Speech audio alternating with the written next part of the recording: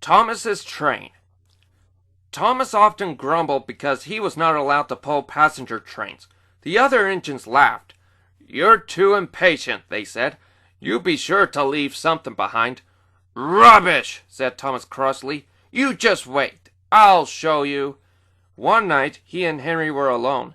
Henry was ill. The man worked hard, but he didn't get better.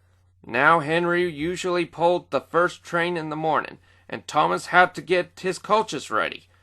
If Henry is ill, he thought, perhaps I shall pull his train. Thomas ran to find the coaches. Come along, he fussed. There's plenty of time, grumbled the coaches. He took them to the platform and wanted to run round in front at once, but his driver wouldn't let him. Don't be impatient, Thomas, he said. So Thomas waited and waited. The people got in, the guard and station master walked up and down, the porters banged the doors, and still Henry didn't come. Thomas got more and more excited every minute. The fat director came out of his office to see what was the matter, and the guard and the station master told him about Henry. "Find another engine," he ordered. "There's only Thomas," they said. "You'll have to do it then, Thomas. Be quick now." So Thomas ran round to the front and back down on the coaches, ready to start. "Don't be impatient," said his driver. "Wait till everything is ready." But Thomas was too excited to listen to a word he said. What happened then? No one knows. Perhaps they forgot to couple Thomas to the train. Perhaps Thomas was too impatient to wait till they were ready. Or perhaps his driver pulled the lever by mistake. Anyhow, Thomas started. People shouted and waved at him, but he didn't stop. "They're waving because I'm such a splendid engine," he thought importantly. "Henry says it's hard to pull trains, but I think it's easy. Hurry, hurry, hurry," he puffed, pretending to be like Gordon.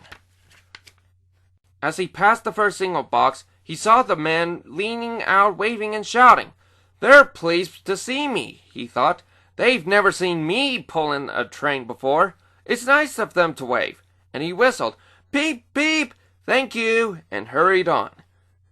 But he came to a signal at danger.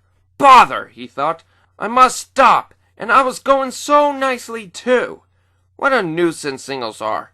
And he blew an angry peep, peep on his whistle. One of the signalmen ran up. "Hello, Thomas," he said. "What are you doing here?"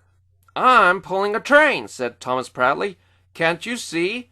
"Where are your coaches, then?" Thomas looked back. "Why, bless me," he said, "if we haven't left them behind." "Yes," said the signalman. "You better go back quickly and fetch them." Poor Thomas was so sad he nearly cried. "Cheer up," said his driver. "Let's go back quickly and try again." At the station, all the passengers were talking at once. They were telling the fat director, the station master, and the guard what a bad railway it was.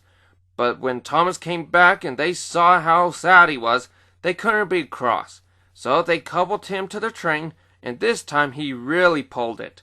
But for a long time afterwards, the other engines laughed at Thomas and said, "Look, there's Thomas who wanted to pull a train, but forgot about the coaches."